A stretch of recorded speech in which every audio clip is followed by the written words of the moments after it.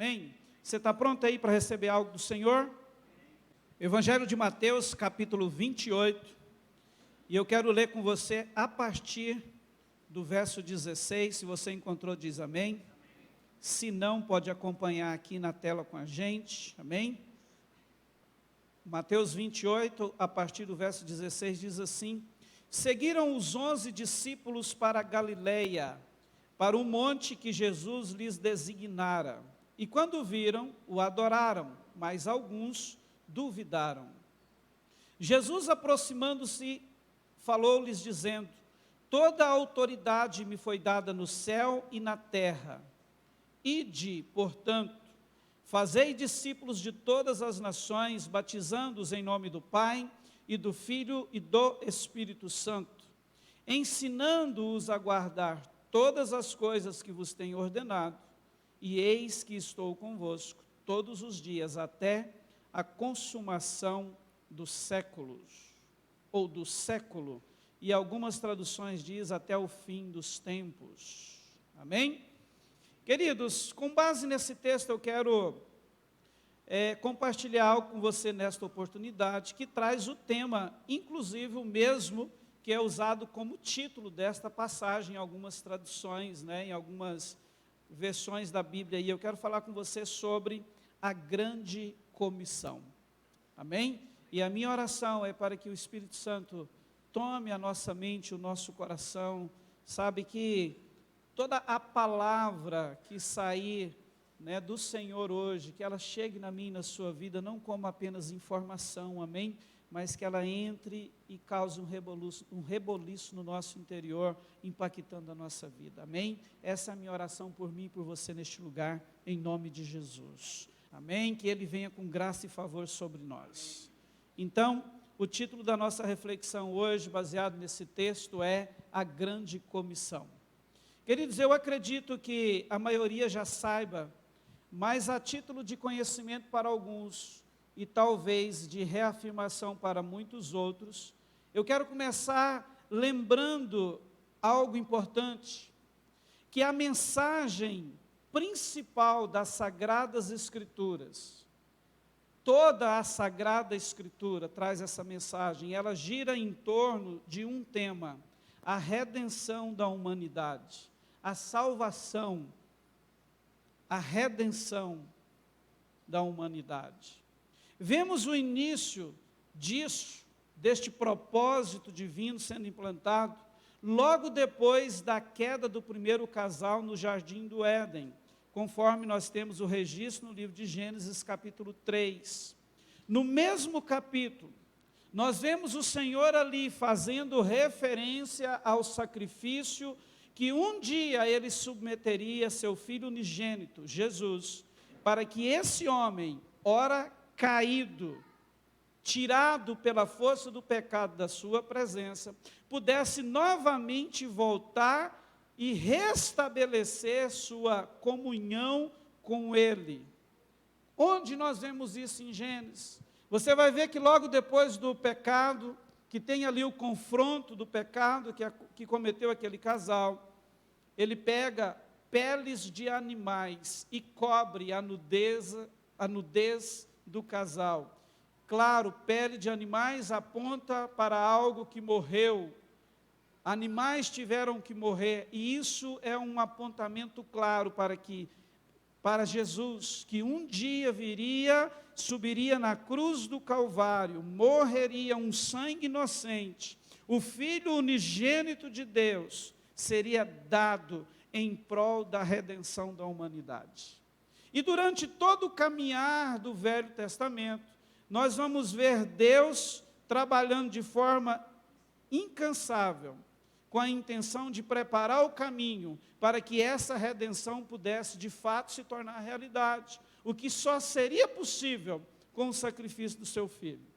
Então agora, quando você vê o início do Novo Testamento, você vê João registrando no capítulo 3 do seu Evangelho, no versículo 16, trazendo aquilo que a gente fala que é uma mensagem que vai de encontro com a centralidade das Escrituras, quando a Bíblia diz assim: porque Deus amou o mundo de tal maneira que Ele deu o seu único Filho, para que todo aquele que nele crê não pereça, mas tenha a vida eterna. Então, o que vemos com isto é que a essência do Evangelho, queridos, é redenção, salvação. O que foi disponibilizado através da morte expiatória de Jesus na cruz. A partir daquele momento, todos que olham para Ele, para esse sacrifício e reconhecem como ato de salvação, crê em Jesus, faz uma aliança com Ele, a Bíblia diz que é salvo, que não será condenado, mas passou da morte para a vida. Você pode dizer amém?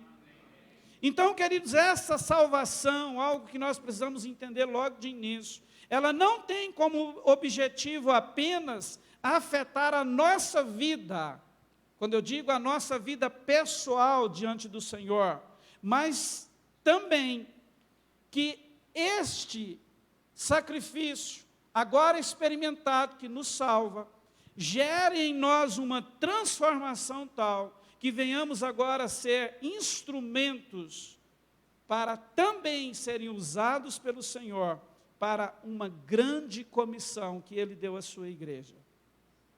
É por isso o tema da ministração, a grande comissão. Entende? Ele nos salva e nos chama e nos comissiona a uma grande missão.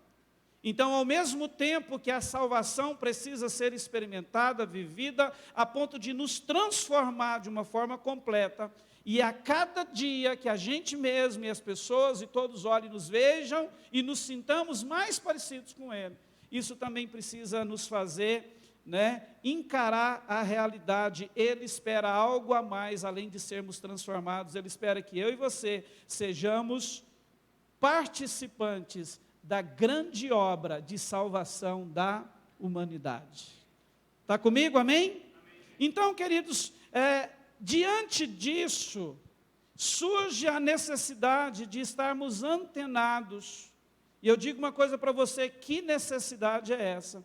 Que nós estamos vivendo nesse tempo, de estarmos antenados com a mensagem que o texto de Mateus, que nós lemos, traz.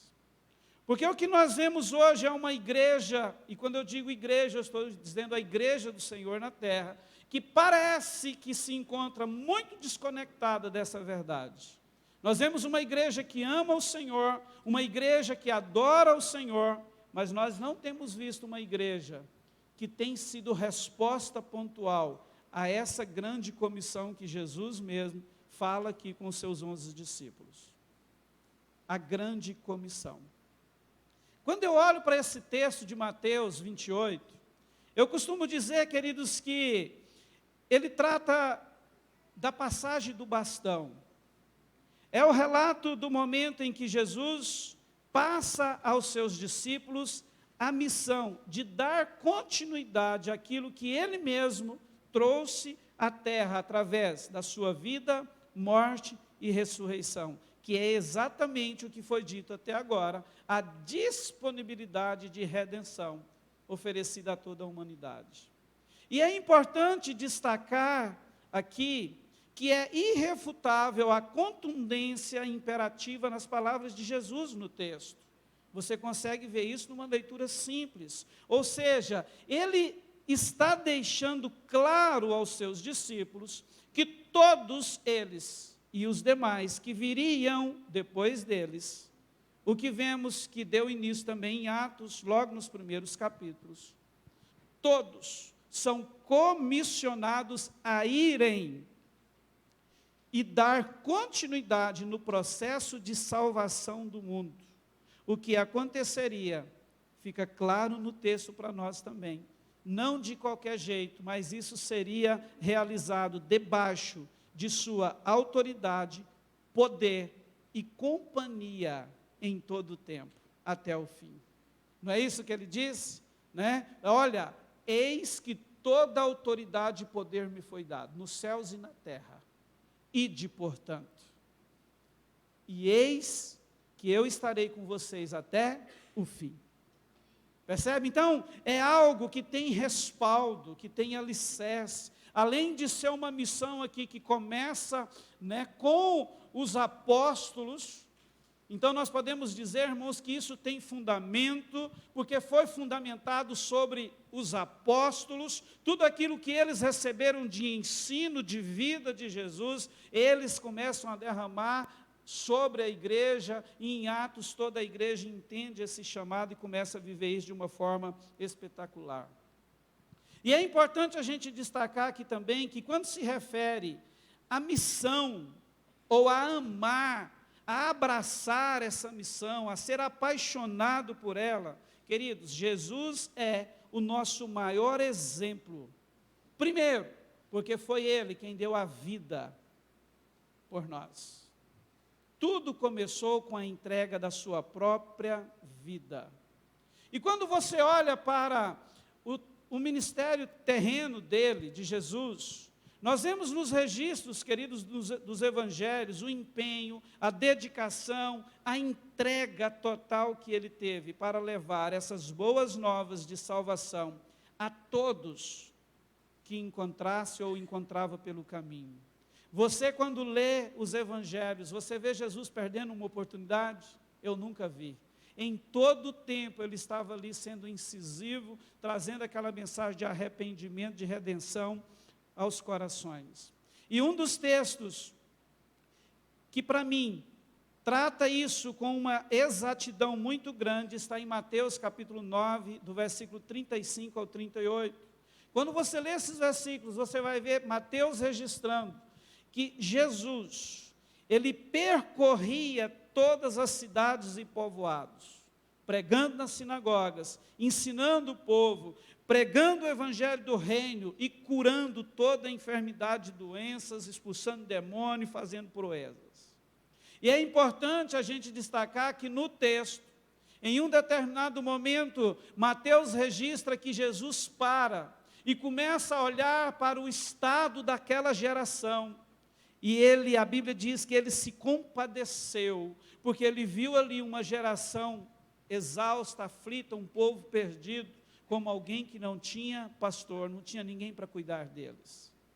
E naquele momento, então, Jesus ora, ele olha para tudo aquilo e diz, olha, a seara é grande e já está pronta para a colheita, mas os trabalhadores são poucos. E ele vira para os seus e diz, oremos, orai, clame ao Senhor da seara para que mande mais trabalhadores. Né? E durante muitos outros, ou em muitos outros textos, você vai ver Jesus com essa dedicação profunda em implantar na terra a redenção. Então, irmãos, ele amou, entregando a sua vida e se doando durante todo o tempo de existência aqui como homem, para que isso pudesse vir à existência. A sua salvação, a minha salvação e a possibilidade do mundo todo conhecer as boas novas do nosso Cristo, o Cristo de Deus. Amém?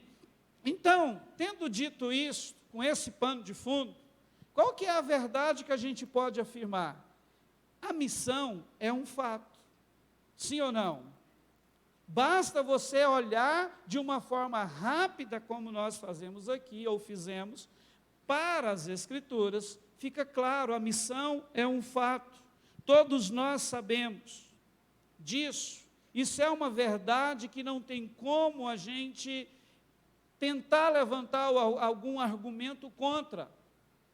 Eu sei que muitas vezes há pessoas entre nós cristãos, que não concordam muito com a ideia de que a igreja tem que crescer, que isso aqui tem que avançar, né? Que precisa encher, sim, queridos, as igrejas de pessoas convertidas. Eu sei que tem tudo isso, mas são pensamentos humanos, são comportamentos de algumas pessoas que não condizem com aquilo que Jesus ensina, com a verdade do Evangelho. Porque a mensagem é clara, ide a todas as nações da terra, entende? Então, para aqueles que muitas vezes pensam que a igreja não tem que se preocupar com isso, eu gostaria de trazer à memória que Jesus quer que as nações da terra sejam alcançadas pelo Evangelho, e se isso acontecer, haja igreja para caber todo mundo. Entende? Se a gente contextualizar para hoje, ele está falando de mais de 8 bilhões de pessoas. Consegue mensurar isso?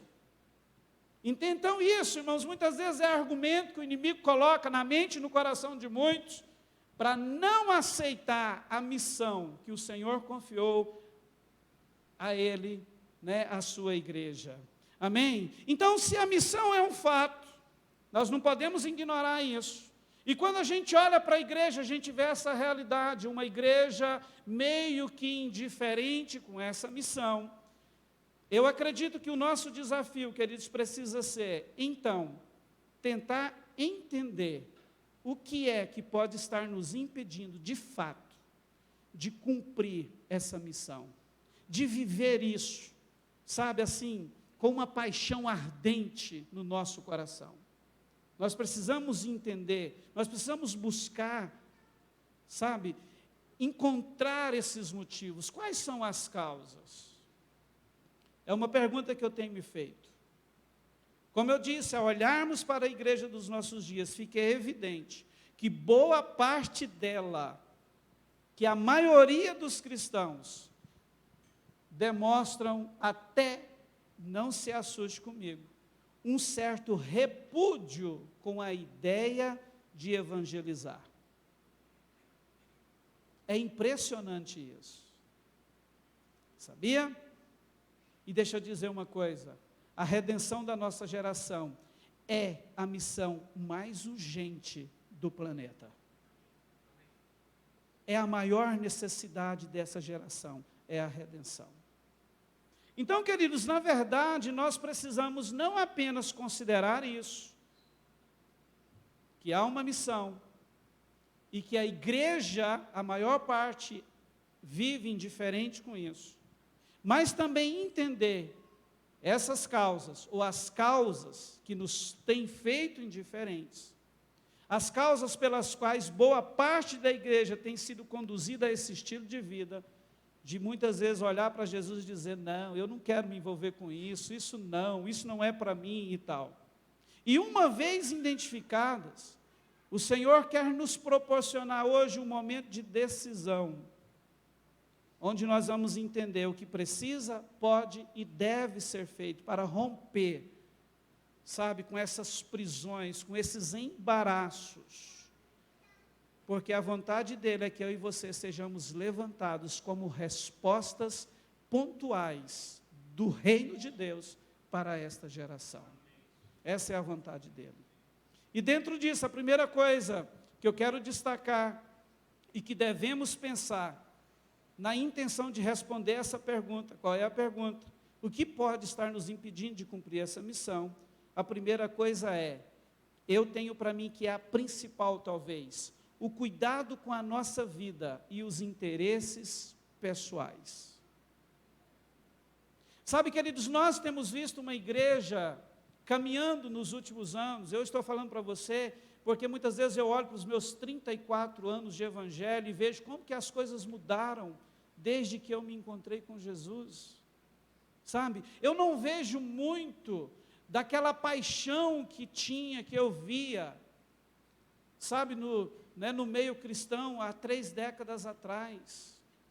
Hoje, qualquer motivo é motivo para desistência, para deixar de perseverar, algo que nós somos ministrados no último final de semana. E aqueles, queridos, que perseveram, a maioria vivem a sua vida de cristão buscando, adorando, amando a Deus, mas na verdade, na maioria do tempo, correndo atrás apenas dos seus interesses pessoais. Entende? Como que agora eu sou salvo, eu tenho um Deus, mas só vem a mim.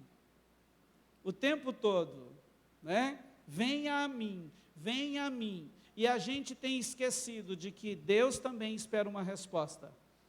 E principalmente em relação a cumprir essa grande comissão. Preste atenção numa coisa, eu não estou dizendo e não quero que você pense isso, porque não há nada de errado de você buscar os seus interesses. Não tem nada de errado nisso, você sonhar, você ter planos de prosperidade. Não, irmãos, o erro não é a gente querer crescer, romper na vida. O problema é quando, em detrimento destas coisas, nós esquecemos, deixamos de lado aquilo que Deus espera que façamos por Ele e pelos nossos semelhantes aqui. Esse é o problema, essa é a questão. E o cuidado com a nossa vida e os interesses pessoais tem sim tirado muita gente dessa centralidade. Você quer ver uma coisa? É simples. Quando você acorda pela manhã, qual é, de forma costumeira, ou na maioria das vezes, as primeiras coisas que você pensa? Duvido se não é naquele negócio, que pode ser que tenha fechamento. No casamento que está vindo, não é bonito? Eu estou vendo você rindo. No casamento que está chegando, sabe? Naquele negócio que vai encher a sua conta bancária, ou naquela conta para pagar, sabe? Naquele projeto que você quer iniciar. Irmãos, e tudo isso demonstra para nós onde é que realmente está o nosso coração. O que é que está norteando a nossa vida. Acabamos o ano, estamos a 21 dias de um novo ano. Apesar que no dia 31 Deus nos convidou para rasgar a nossa lista de desejos. É normal que todos nós tenhamos planos, tem a lista sim. A gente olha para o ano que se findou, vê o que deu certo, o que conseguimos, e já começamos a olhar para o outro, estipulamos a nossa lista, e começamos a dizer, Deus, esse ano eu quero fazer isso, né, eu quero romper, eu quero... Irmãos, e vem aquele tanto de coisa. Principalmente em relação ao nosso relacionamento com Ele. Eu quero ler mais a Bíblia, eu quero jejuar mais, eu quero orar mais, eu quero ser um melhor homem de Deus, eu quero crescer em intimidade com o Senhor, eu quero isso. É verdade ou não? Agora, deixa eu te perguntar uma coisa. Quantos aqui fizeram esse tipo de análise de 23 e projetaram 24? Colocou na sua lista, Deus, esse ano eu quero ganhar o maior número de almas para o Senhor da minha história cristã. Quantos fizeram isso? Deixa eu responder para você. Talvez a minoria da minoria. Porque a gente não tem pensado nisso. É verdade ou não? É de doer o coração, irmão nosso, quando a gente encara essa verdade. Agora imagina como fica o coração de Jesus quando Ele olha para nós e nos vê com esse comportamento. Entende, queridos? Nós estamos esquecendo do privilégio que Ele nos deu, que foi de nos dar essa comissão. E o cuidado com a nossa vida. Esse estilo de vida que nos extinga a viver apenas circulando o nosso próprio umbigo, tem nos feito indiferentes a Ele, ao coração de Jesus. Porque tudo que Ele mais quer é que eu e você tenhamos o mesmo empenho, a mesma dedicação, a mesma paixão por almas que Ele teve, ao ponto de morrer por mim e por você. Ele confiou a nós a continuidade desse processo de salvação da humanidade. E é assim ou não que nós estamos vivendo? Irmãos, a gente ora por tanta coisa, mas a gente não ora por salvação. E olha o tanto que isso é urgente, queridos. Tem tanta gente do nosso lado morrendo, desesperada. E o que elas precisam? De Jesus. E quando você para falar com pessoas acerca disso, o que não falta são argumentos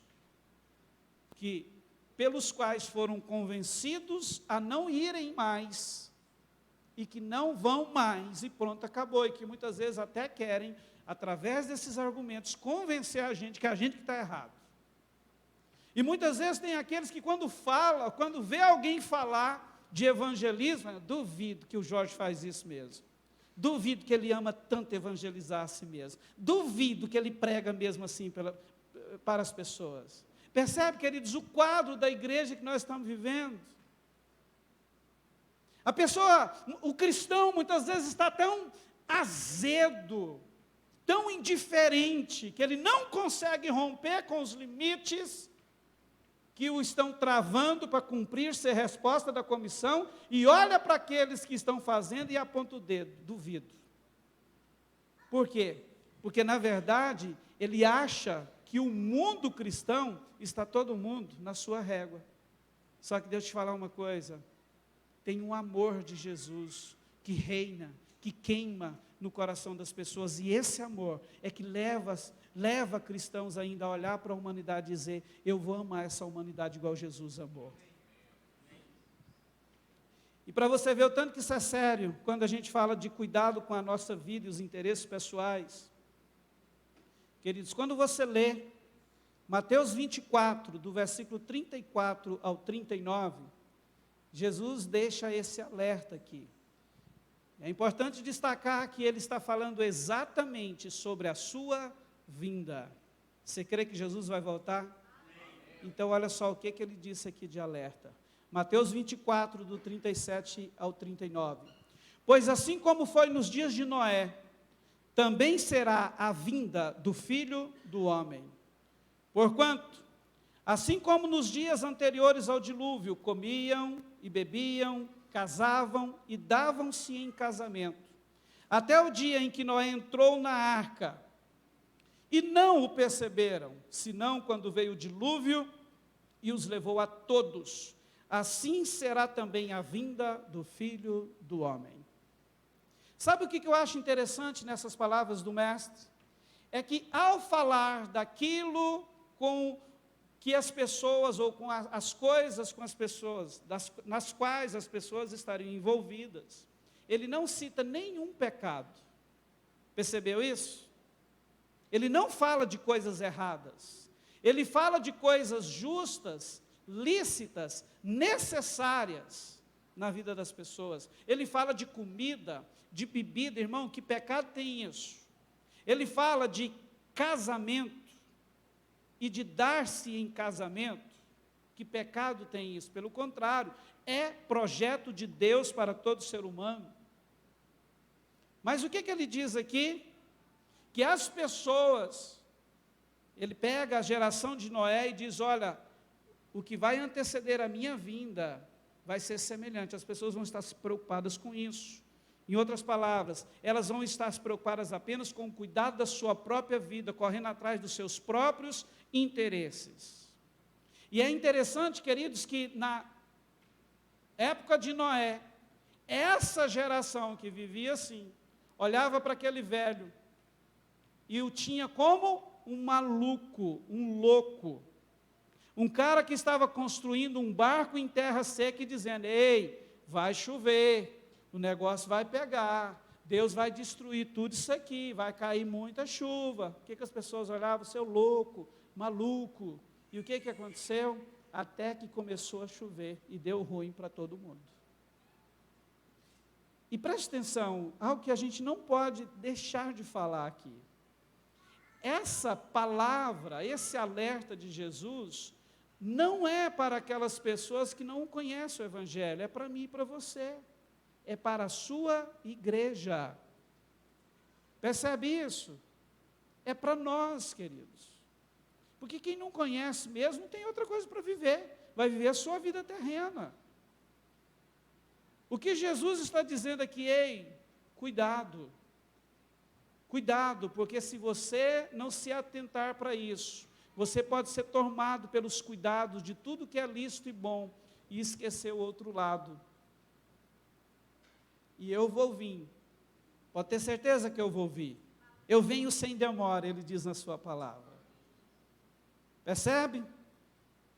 1 Coríntios capítulo 15, versículo 19, Paulo registra assim, se a nossa esperança em Cristo se limita apenas a esta vida, somos os mais infelizes de todos os homens.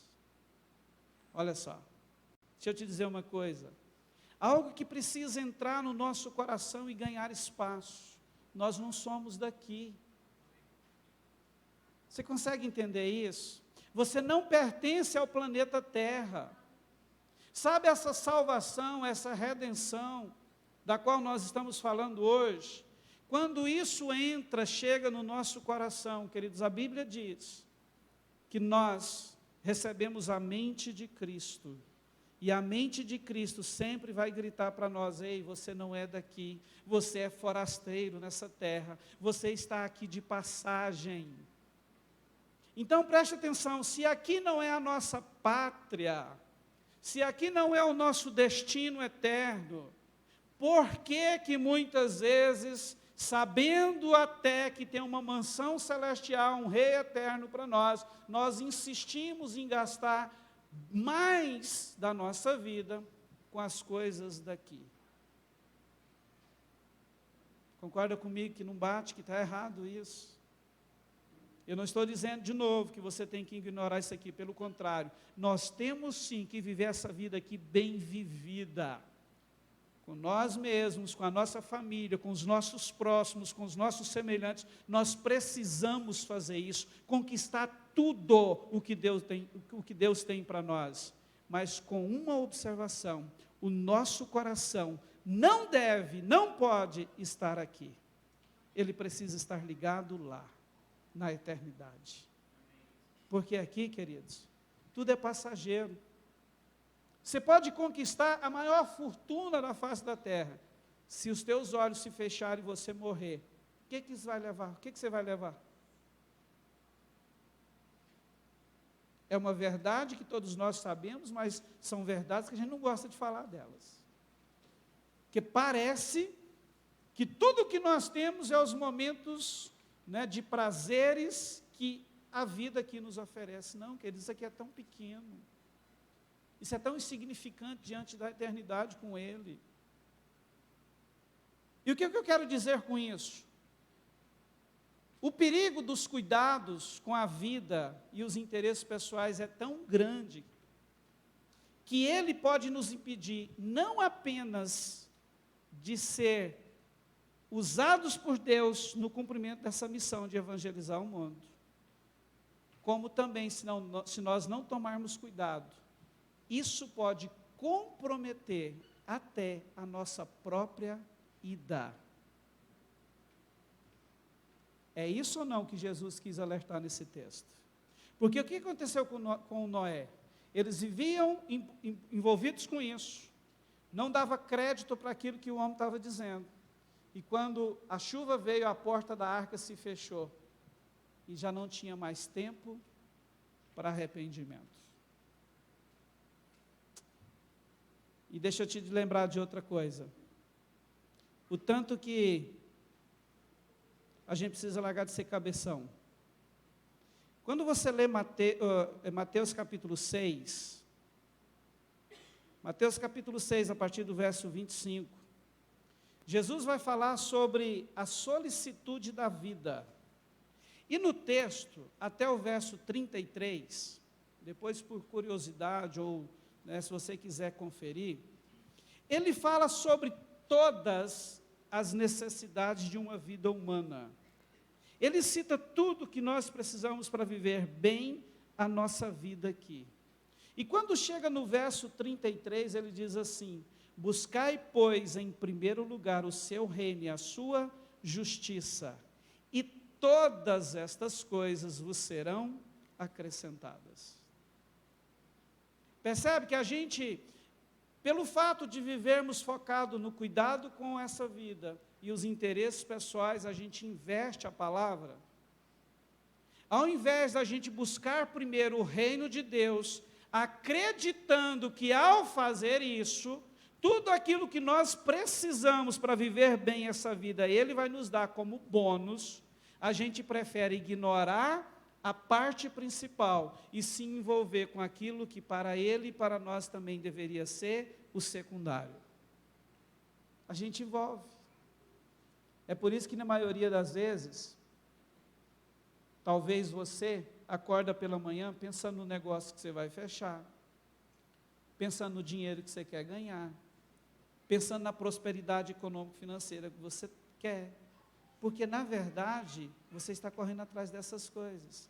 E a chamada de Jesus é: ei, busque, pois, em primeiro lugar o reino, o seu reino, o reino de Deus e a sua justiça. E sabe, tudo isso que você precisa para viver aqui, serão acrescentadas. Quem quer viver isso? Quem quer virar essa chave? Amém, queridos? É tão simples, né? Então, cuidado com essa busca por aquilo que você deseja nessa vida, os seus interesses pessoais. Isso é perigoso, isso precisa ter alinhamento com o coração de Deus. A segunda coisa que pode nos ajudar na resposta dessa pergunta, o que é que pode estar nos impedindo de cumprir essa missão, é aquilo que eu quero dizer para você, que eu vejo como um sentimento de incapacidade. Queridos, esse sentimento, ele tem sido um fator que tem impedido muitos cristãos de cumprir essa grande comissão. Mas preste atenção em uma coisa: se você já foi tocado pelo amor de Deus, e com isso teve a sua vida transformada, quem aqui já teve essa experiência? O amor de Deus chegou até você, você foi transformado, a Bíblia diz que você foi salvo. Então eu quero te dizer, e preciso te dizer, que diante disso e por causa disso, você não precisa ter medo, você não precisa se curvar diante das vozes que insistem em te convencer que você não é capaz de falar sobre Jesus a outros, pois isso é mentira, essa não é a verdade sobre você. A sua realidade agora é outra. Veja isso, queridos, são verdades que a gente precisa estar lembrando delas constantemente. Nesse momento, quando você entrega o governo da sua vida e faz uma aliança com Jesus, a Bíblia nos afirma que o Espírito Santo veio morar dentro de você. Paulo, ao falar sobre isso em 1 Coríntios 3, verso 16, ele diz assim: não sabeis que sois santuários de Deus, e que o Espírito de Deus habita em vós? Então preste atenção, como que alguém transformado, salvo, transformado, curado, alinhado com a vontade de Deus, e que tem o próprio Deus morando dentro dele, é um incapaz de falar da própria transformação, salvação que experimentou? Esse argumento, ele não pode, queridos, esse argumento de incapacidade, ele não pode continuar determinando se você tem, pode ou não pode cumprir essa grande comissão.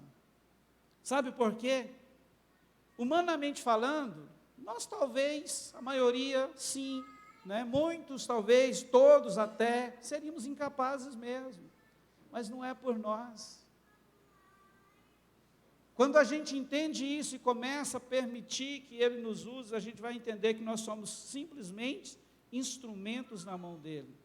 Quando você lê João capítulo 16, quando Jesus fala da vinda do Espírito Santo, Ele diz que é o Espírito Santo que Ele iria enviar, é papel dEle, Ele traria convencimento ao mundo, Ele convenceria as pessoas do pecado, da justiça e do juízo.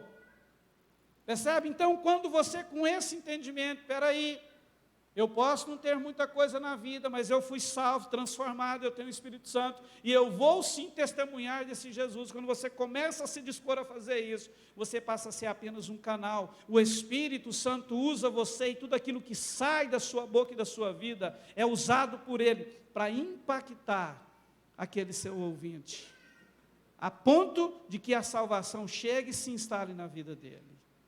Amém? Todos nós podemos sim testemunhar acerca de Jesus. Não tem argumento suficiente que possa ou que você possa permitir serem suficientes, capazes de impedir você, dizer, por exemplo, que você é incapaz. Isso é mentira. Pelo contrário, você é uma voz profética que Deus quer levantar na terra, nessa reta final. Você crê nisso? Porque, queridos, como eu disse, a salvação é a causa mais urgente da terra.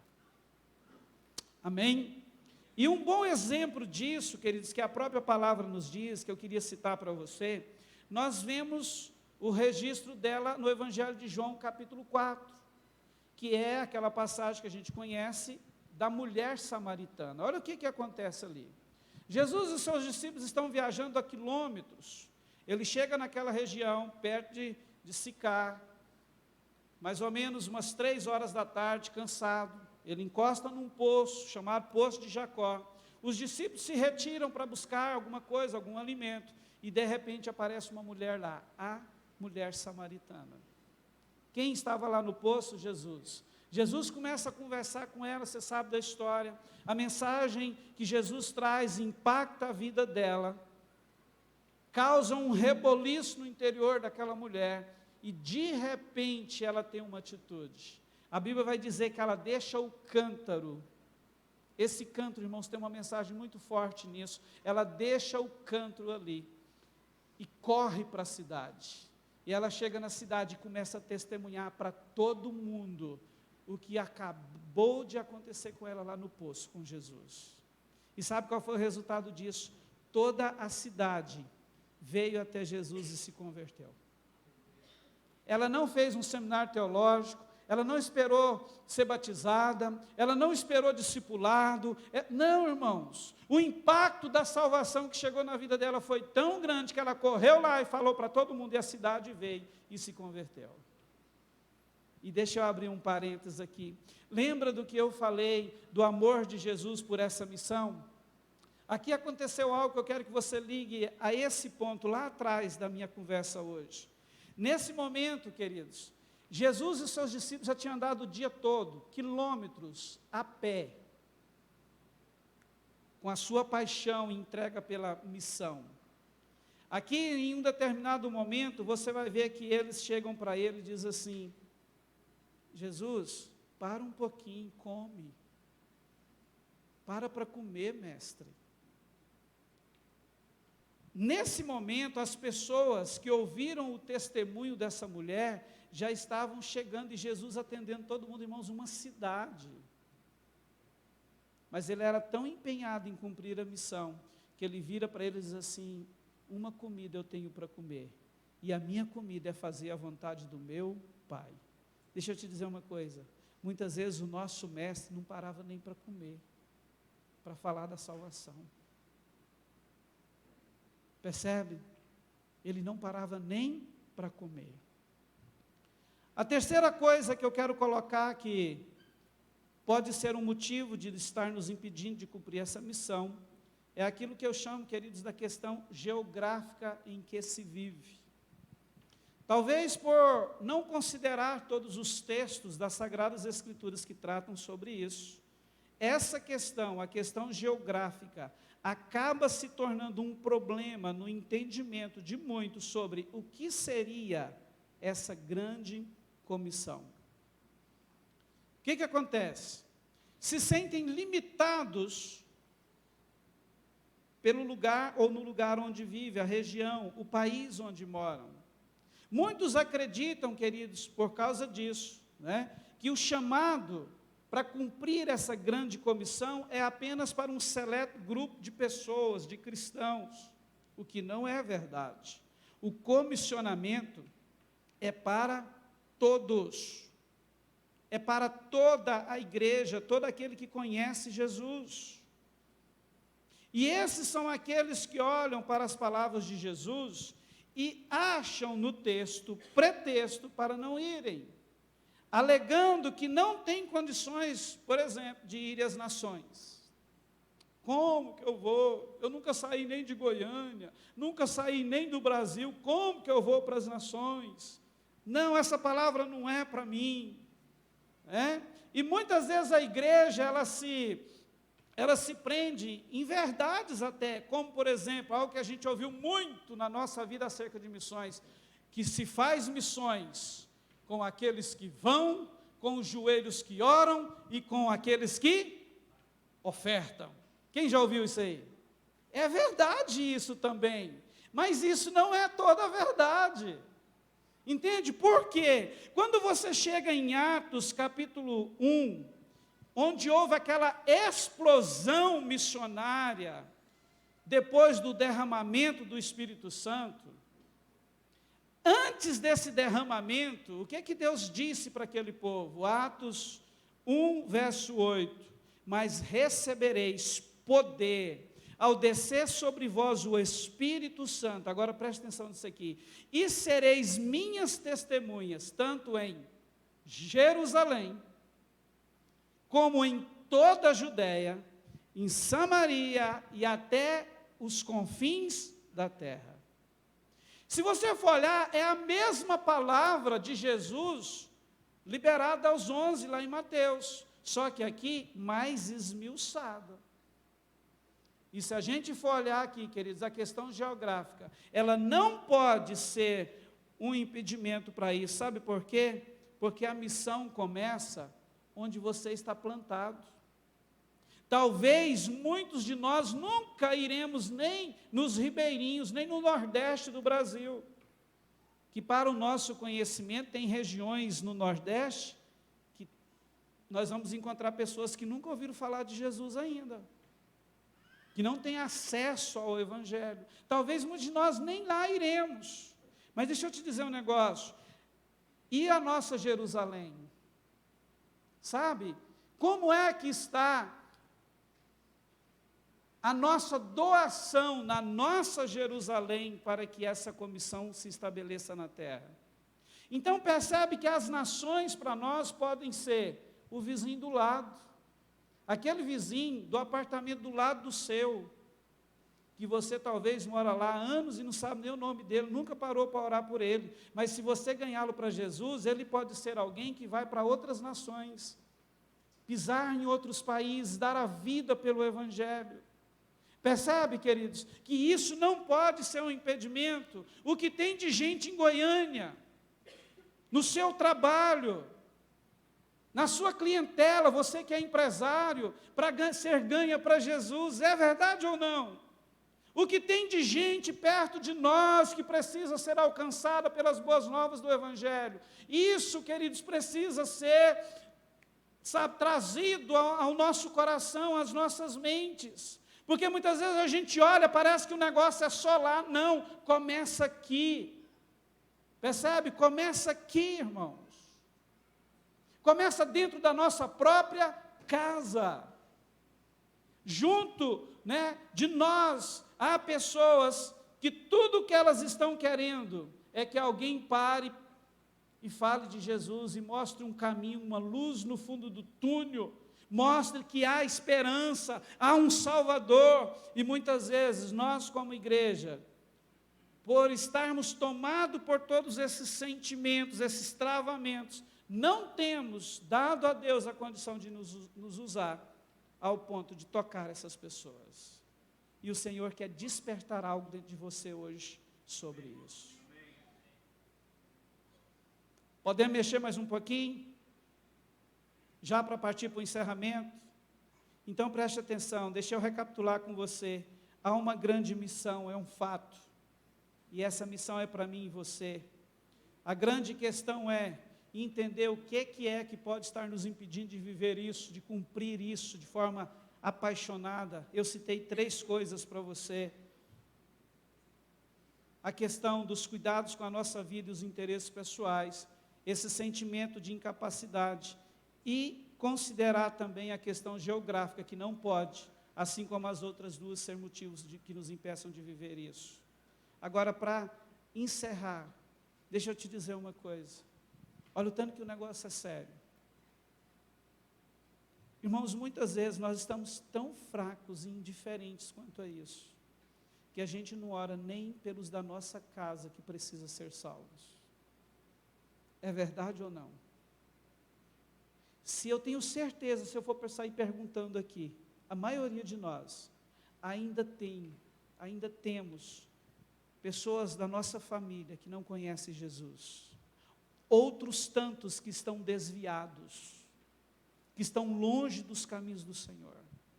E nem por esses, a maioria de nós, não gasta tempo de oração e tempo também para ir lá e ministrar sobre a vida deles e compartilhar do amor de Deus. Irmãos, isso é verdade ou não? Irmãos, isso precisa mexer com a gente. Você sabe por quê? Salvação é coisa séria. Eu não sei se você olha para esse fator desse jeito, irmãos, mas olha o que a Bíblia diz. Quem morre sem fazer uma aliança com Jesus, sem entregar o coração para Ele, morreu, é inferno direto. Você tem noção do que é isso? Não tem segunda chance não, irmão, não tem repescagem não. Não tem purgatório não. Morreu sem entregar a vida para Jesus, é inferno, é condenação eterna. E os nossos parentes mais próximos, esse povo que a gente olha para eles e tem uma convicção, eu amo, mas irmão, que amor é esse? Entende, irmãos? Tem que começar por aqui, irmãos. Sabe, a gente precisa entender que Deus quer nos usar para alcançar os da nossa casa, a nossa vizinhança, todos aqueles que têm contato com a gente, que ainda não encontrou Jesus, não foi salvo. Deus quer usar a mim e a você para mostrar para eles que tem uma salvação, da mesma forma que tem uma perdição eterna, e que a decisão precisa ser tomada o quanto antes. Porque ninguém tem certeza do momento seguinte, não é nem do amanhã, irmãos. E hoje a gente está vivendo uma vida tão indiferente a essa questão. Não estou dizendo que a gente tem que deixar de buscar, não, a gente tem que buscar, adorar, fazer tudo isso que a gente tem feito. Mas percebe que está faltando esse lado, irmãos. Nós não somos uma igreja que evangeliza, que olha para as pessoas e sente compaixão. Nós não somos, na maioria das vezes, o que nós amamos mesmo, é só comunhão. E aqueles que não amam comunhão, amam estar no meio, criando inferno na vida da igreja. Falando um do outro, inventando coisas, um monte. Irmãos, não é esse o nosso papel. O nosso papel é alinhar o coração com Deus, é buscá-lo, é santificar a nossa vida para um propósito, sermos usados para o cumprimento dessa missão, porque tem uma terra para ser ganha, tem uma cidade para ser ganha. Concorda que nós não podemos mais viver essa vida indiferente? Aí presta atenção, passa dias, semana, meses, e a nossa vida está do mesmo jeito. De manhã, eu falei sobre esse mesmo assunto. E logo depois vem uma pessoa que estava nos visitando, que é cristã, veio falar comigo assim, pastor, é verdade. Sabe o que ela me disse? Enquanto o senhor pregava, eu lembrei, 2023 eu não falei de ninguém, para ninguém sobre Jesus. Olha que vergonha, pastor. Irmãos, eu achei legal esse testemunho dela, sabe por quê? Porque ela teve coragem. A maioria de nós não temos. Nós não temos coragem de olhar para nós mesmos e dizer assim, essa é a verdade sobre mim. Eu não tenho falado do Senhor, Jesus, para ninguém. Para ninguém. Eu tenho sim tido uma vida de busca, uma vida cristã até saudável, mas apenas para mim. Irmãos, nós não podemos ser egoístas a esse ponto. Porque Ele veio para mim, para você e para o mundo. Ele amou a mim, a você e o mundo.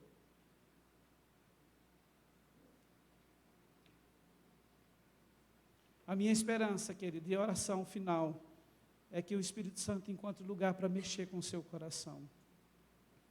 Nós estamos falando de eternidade, de salvação. E eu quero perguntar, você deseja a volta dele? De verdade, quem deseja a volta dele? Olha só, Mateus 24, versículo 14, ele diz assim, e será pregado este evangelho do reino por todo o mundo, para testemunho a todas as nações. Então virá o fim. Irmãos, não adianta a gente só desejar a volta dele. A gente precisa entender que nós podemos apressar a vinda dele. E como que nós vamos fazer isso? Pregando o evangelho para todos quantos nós pudermos fazer. Entende? E é esse despertamento que o Senhor quer gerar no nosso coração nesse tempo. E eu quero te dizer, irmãos, nós precisamos entender isso. É nossa responsabilidade honrar o nosso Senhor Jesus, irmãos, por tudo que Ele fez.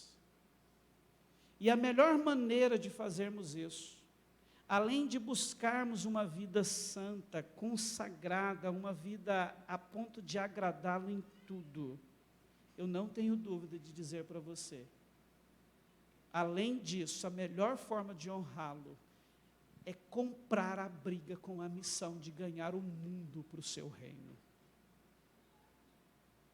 Sabe? Porque quando você se posiciona assim, você está dizendo para ele: Jesus, eu vou dar a minha vida para fazer com que o teu sacrifício valha a pena. O meu amor por ti, Jesus, vai gritar mais alto, e eu vou dar a minha vida para que a morte que o Senhor encarou naquela cruz seja eficaz na minha geração. Não é apenas se relacionar com Ele e usufruir de todas as bênçãos que Ele tem para mim e para você, por mais que isso seja lícito para nós, mas tem mais. Eu gostaria, dentro disso, de fazer um convite a você hoje. Sabe, irmãos, eu estou constrangido com o que Deus tem falado comigo sobre isso há um bom tempo. E eu quero fazer um apelo a você agora. Depois de ouvir tudo isso sobre essa responsabilidade que nós temos em relação a essa grande missão, qual é a minha e a sua resposta para Jesus agora?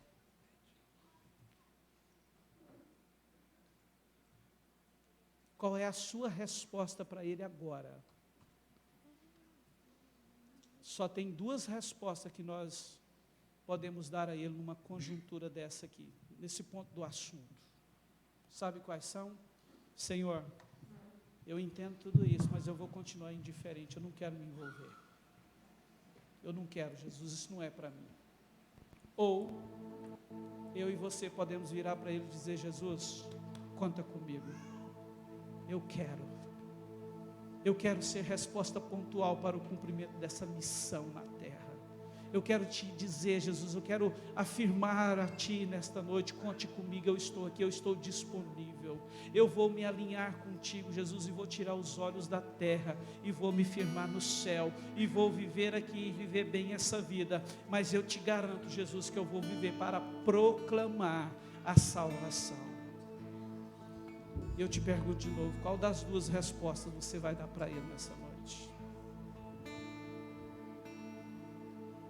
Se a sua resposta for positiva, o meu apelo para você é que você saia do seu lugar e procure um lugar aqui na frente e se renda a Ele, comece a orar por você.